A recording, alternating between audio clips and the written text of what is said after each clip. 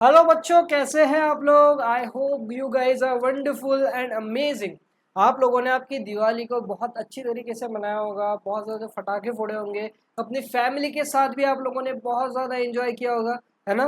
But हमको सब enjoy करके भी हमारे पढ़ाई को नहीं भूलना है, हमारी पढ़ाई को एक तरफ नहीं रख देना है। ठीक है, तो मैं आपसे ये भी आशा करता हूँ कि आपने जितनी मस्ती की होगी उतना ही टाइम अपने पढ़ाई को भी फिर से दिया होगा। इट मीन्स आपका टाइम वेस्ट नहीं हुआ होगा। सही है। तो चलिए, जो हमारी ये सीरीज चल रही थी करण अर्जुन बैच की, जो हमारी ये सीरीज चल रही है अभी तक, उसमें हमने बहुत सारी चीज़ें की है। लाइक हमने उसमें कंपनी लॉ के टोटल 12 क्वेश्चन कर लिए। हमने कॉन्ट्रैक्ट एक्ट के वैसे 3 क्वेश्चन किए, है ना। कॉन्ट्रैक्ट एक्ट के 3 क्वेश्चन किए स्टिल, प्लस हमने कॉन्ट्रैक्ट एक्ट के साथ कॉन्ट्रैक्ट एक्ट के कॉन्सेप्ट्स भी किए। तो कॉन्सेप्ट्स भी हो चुके हैं। अगर आपने ये सारी चीज़ें नहीं देखी है तो चैनल पे विजिट करिए, सारा कंटेंट अपलोड है वहाँ पे। ठीक है, वहाँ पे जाके देख लीजिएगा। उसके बाद हमने इसके साथ सेक्शन वाले वीडियोस भी बनाए, मतलब सेक्शन को याद करने का तरीका भी बनाया। अगर आपने ये पूरी चीज़ें नहीं देखी है तो अब भी जाइए चैनल पे और देखिए, वो पूरा कंटेंट सिर्फ आपके लिए बना हुआ है। ठीक है, ये सारी चीज़ें हमने यहाँ पे की। तो हम हमारे क्वेश्चंस थे इन सब पे वापस आते हैं। हमने 3 क्वेश्चन कर लिए हैं कॉन्ट्रैक्ट के, हमको ज़्यादा से ज़्यादा क्वेश्चन प्रैक्टिस करने हैं।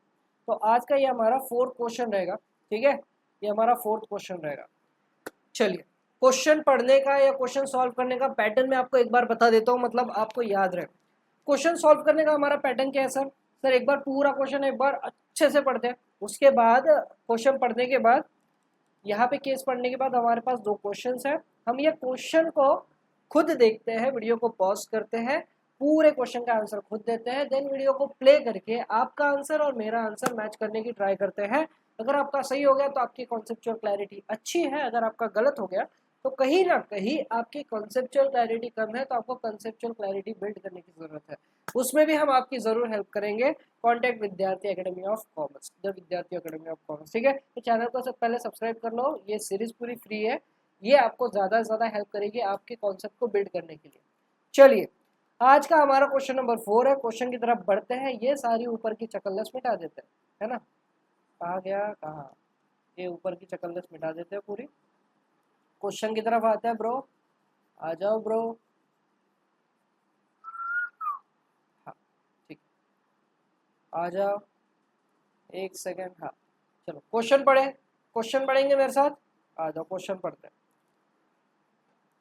Suresh agrees with Ravi to divide profit earned through a fraudulent scheme in which they artificially inflate the stock prices to attract unwriting investors। ठीक है, मतलब एक फ्रॉडुलेंट स्कीम लगाएंगे, जो स्कीम से आप आर्टिफिशियली, जैसे ना आजकल लोग बहुत ज़्यादा कर रहे हैं यूट्यूब पे, आर्टिफिशियल अपने सब्सक्राइबर्स बढ़ा लेते हैं, बट इसका एक्चुअल में कोई फ़ायदा नहीं होता। मैं आपको बताता हूँ। अब लोग अपने अगर आर्टिफिशियली बढ़ाए ना तो उनके व्यूज़ नहीं आएंगे, सिंपल ऐसी ही चीज़। तो एक अपोज टू पब्लिक पॉलिसी वाला काम हो गया। अगर आप करते भी हो तो उसका कोई फ़ायदा नहीं होगा, बट अगर पकड़े गए तो आपको जेल ज़रूर होगी।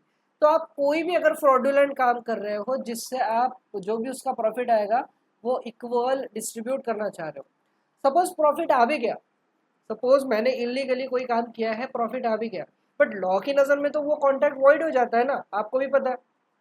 बट जब आप सपोज 3 पार्टनर हो, मैं यहाँ पे एग्जांपल लेता हूँ, ए बी और सी। यहाँ पे ए ने बोला कि हम एक इलीगल कॉन्ट्रैक्ट करते हैं जिसका जो भी प्रॉफिट आएगा हम बांट लेंगे, half half half half half half. ठीक है, तीनों ने डिसाइड किया कि हाफ हाफ बांट लेंगे। अब ए को प्रॉफिट हुआ, ए ने बी के साथ बांटा, सी के साथ बांटा ही नहीं, तो क्या सी जो है ये प्रॉफिट में से हिस्सा क्लेम कर सकता है क्या? तो सिंपल है, नहीं कर सकता है, क्योंकि कॉन्ट्रैक्ट ही वॉइड था। अगर कॉन्ट्रैक्ट वॉइड होता है या इलीगल होता है तो उस केस में आप कोई भी जो अपना शेयर है या अपना प्रॉफिट का हिस्सा है उसको आप डिमांड नहीं कर सकते, कोर्ट से नहीं या किसी भी नहीं, यानी कि लीगल प्रोसीजर कर ही नहीं सकते। आप उनसे डिमांड कर रहे हो, वो दे नहीं रहे, कोर्ट से डिमांड करने जाओगे कोर्ट आपको जेल में डाल देगा। सिंपल ऐसी ही चीज़ होती है बाबा। चलो आगे, they agreed that each of them it will get equal share, मतलब उन्होंने बोला कि हम इक्वल शेयर लेंगे, like A B C of the profit, and formalise this agreement in writing, उन्होंने राइटिंग में भी बनाया था ये agreement. After the profit are generated, Suresh refuses to share his half with Ravi, मतलब सुरेश ने क्या बोला कि मैं मेरा हाफ रवि को नहीं दूंगा, मतलब रवि का शेयर रवि को नहीं मिलेगा। Claiming the agreement is not enforceable under the law, मतलब बोल रहा है कि ये जो एग्रीमेंट है ये एन्फोर्सेबल नहीं है लॉ की नज़रों में। तो सिंपल है भाई, देखो यहाँ पे ना आप मोह माया में बह सकते हो। आपकी मोह माया कौन सी हो सकती है सर ये, सर एग्रीमेंट रिटर्न में है मतलब ये तो लीगल हो गया। अरे बट काम तो इलीगल है ना, भले ही तुम रिटर्न में करो या कुछ भी करो। हम जब भी कोई कॉन्ट्रैक्ट की बात करते हैं सर, कॉन्ट्रैक्ट में दो चीज़ें होनी चाहिए ऑलवेज, कि एक तो एग्रीमेंट होना चाहिए और उसकी एनफोर्सिबिलिटी होनी चाहिए। यहाँ पे एग्रीमेंट है सही है, बट यहाँ पे एनफोर्सेबल बाय लॉ नहीं है ना, मतलब लॉ ने इसको मान्यता नहीं दी हुई है। अगर लॉ नहीं मान्यता देता है इट मीन्स वो कॉन्ट्रैक्ट एक तो वॉइड हो जाएगा, ठीक है, वॉइड हो जाएगा, बिकॉज वो कॉन्ट्रैक्ट एक तो इलीगल है एंड नॉट वैलिड है। समझ में आ रहा है, सिंपल इतनी सी चीज़ थी। अब क्वेश्चन क्या बोल रहा है देख लेते हैं, ABC वाला चीज़ याद रखना बस, क्वेश्चन क्या बोल रहा है देख लेते हैं। Can Ravi legally demand his share of profit from Suresh? Ravi बोल रहा है कि क्या मैं लीगली सुरेश से डिमांड कर सकता हूँ मेरे प्रॉफिट का हिस्सा? तो हम रवि को ले लेते हैं ए और सुरेश को ले लेते हैं बी। अब जब इन्होंने बोला था कि हम आपस में बांट लेंगे प्रॉफिट, ठीक है, तो सुरेश मना कर देता है कि मैं तुम्हें प्रॉफिट का हिस्सा नहीं दूंगा क्योंकि ये कॉन्ट्रैक्ट जो है लीगली एनफोर्सेबल नहीं है। तो क्या लीगली रवि उससे पैसा वापस ले सकता है? तो answer is no, answer is no. क्यों नहीं ले सकता सर? क्योंकि ये जो कॉन्ट्रैक्ट है ये कॉन्ट्रैक्ट ही तो वॉइड कॉन्ट्रैक्ट है ना। ये जब कॉन्ट्रैक्ट ही वॉइड कॉन्ट्रैक्ट है इट मीन्स कॉन्ट्रैक्ट में इलीगल टर्म्स है। तो अगर इलीगल टर्म्स है तो उस कॉन्ट्रैक्ट को आप एनफोर्सेबल नहीं कर सकते। समझ लगा? समझ में आया? चलो क्वेश्चन नंबर 2 क्या बोल रहा है, discuss the concept of void agreement and how agreement contrary to public policy are treated under the Indian Contract Act। Void agreement public policy से रिलेट कैसे करता है? आप अगर सपोज कोई ऐसा काम कर रहे हो जो पब्लिक का पॉलिसी को छीनता है या पब्लिक के इंटरेस्ट को छेड़छाड़ करता है। अब लाइक फॉर एग्जांपल है, आपने किसी को सुपारी दी कि कहीं जाके बॉम्ब फेंक के आना है, इसका मतलब आप पब्लिक पॉलिसी से छेड़छाड़ कर रहे हो।